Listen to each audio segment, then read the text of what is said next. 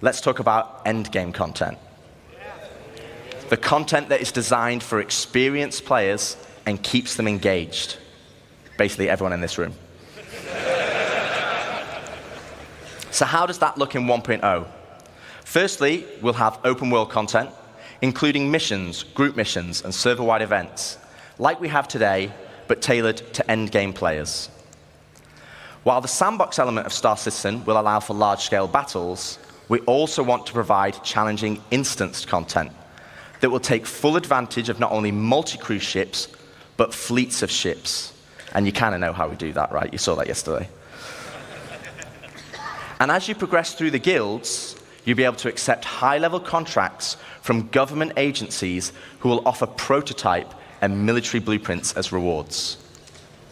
These missions will require the full coordination of multiple players and an assorted fleet of capital, support, and fighter ships. You will finally be able to become the admiral of the fleet, directing your armada from your hologlobe, which, yes, is a feature included in 1.0.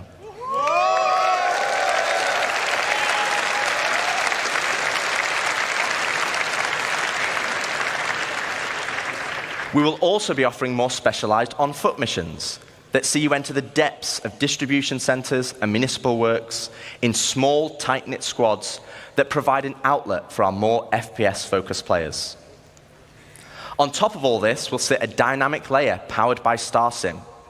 While StarSim will be the driving force in our dynamic economy, it will also track player and AI activity and dynamically spawn events based on their actions. For example, if it tracks large amounts of resources being moved from one home location to another, it will have a chance to spawn pirates to intercept.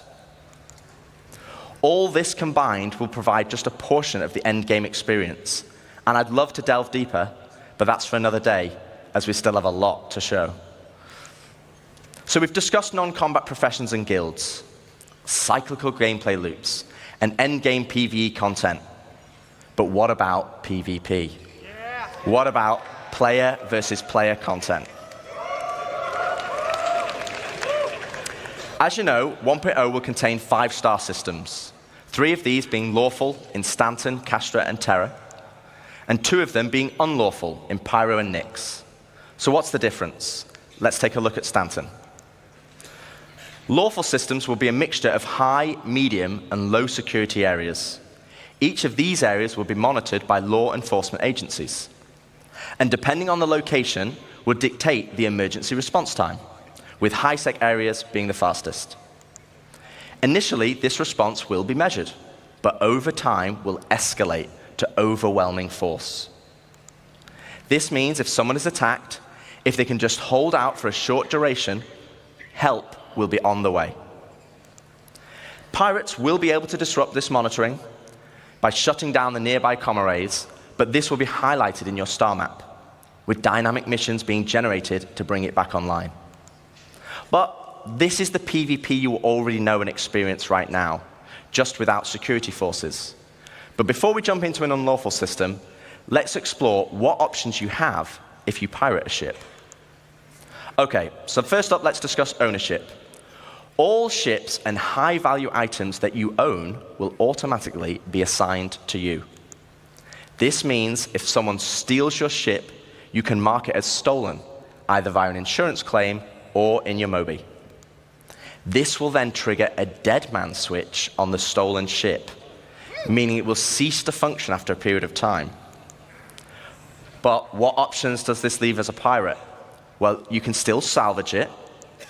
You can tow it back to your fabrication hangar to dismantle it for resources.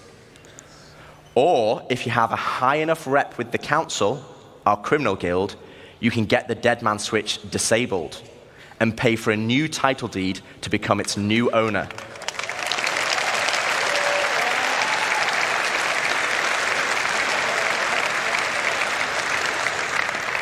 Also, if you're in a lawful system, you'll need to find a transient jump tunnel, as all major locations and POIs will have custom security that will scan you on arrival. Okay, so with that out of the way, let's look at the unlawful system in Pyro. Unlawful systems have no laws at all, and with that comes opportunity. Pyro, as an example, has an abundance of high-quality resources and is a hotbed of criminal activity, the literal definition of high risk, high reward.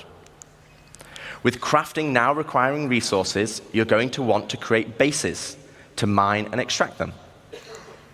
This is where base raiding will become a new form of PvP, and it's founded on a combined arms ethos.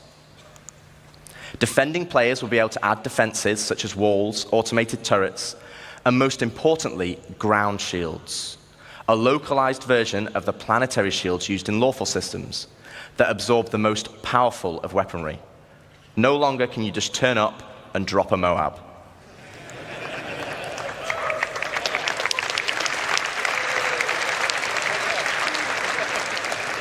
One huge difference, though, compared to planetary shields, is that these shields can be disabled.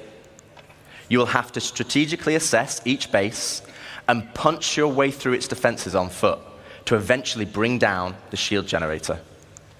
Once the shield is down, then you have options.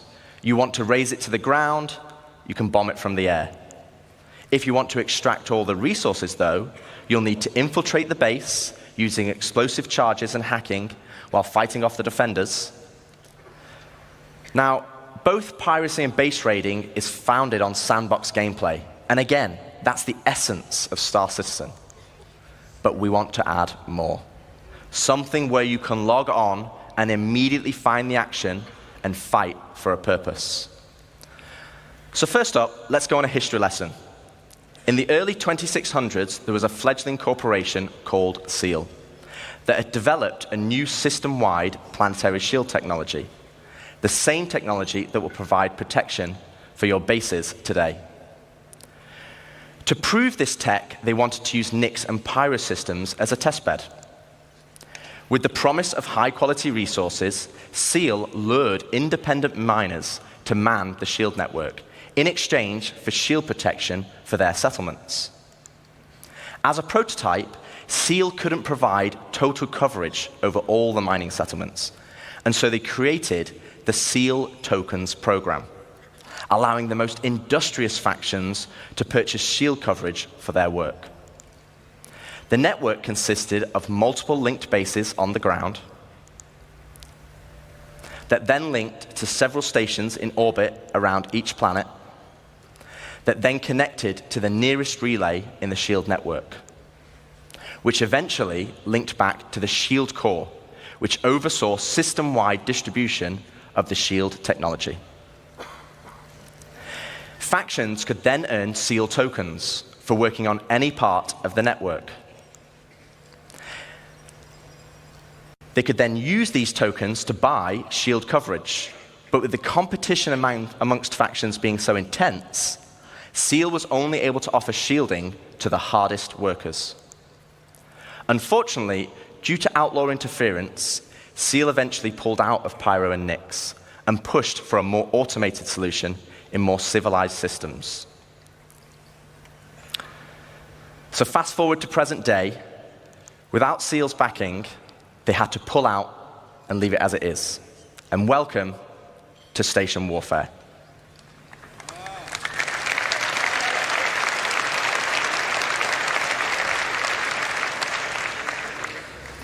With the SEAL network still in place, but lacking resources, orgs can take ownership of these structures to gain access to planetary shield tech, which, as you know, would make their bases invulnerable.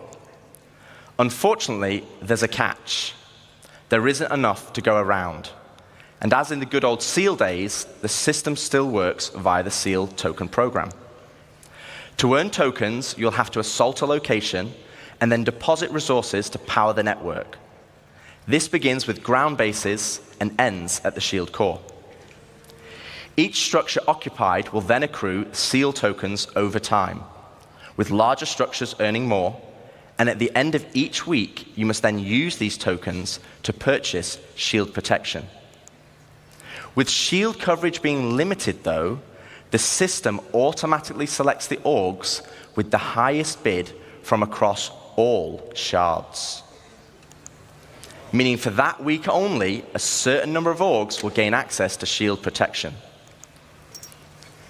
So this is a chance for your org to become the de facto leader of a system.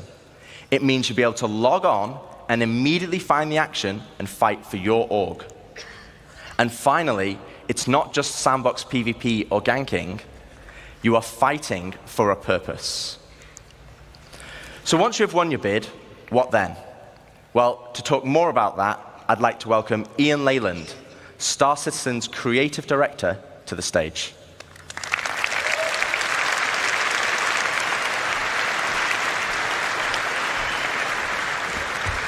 Good luck. Thank you. All right, hello, CitizenCon. Thank you, Rich. Thank you, Dave. So, to continue the conversation of large-scale endgame org activities, let's go back to Pyro 3, where the ground bases were being built earlier today. This morning, we saw the small habitat being built by Luke, and then we saw Deck start to expand the base into a commercial enterprise. But eventually, we saw a massive example of an org base. But with everything Rich was talking about, with org system-wide activities, we want to give you guys the ultimate end goal. But also the thing we need to protect. And to do that, let's look up into the sky and see what it is.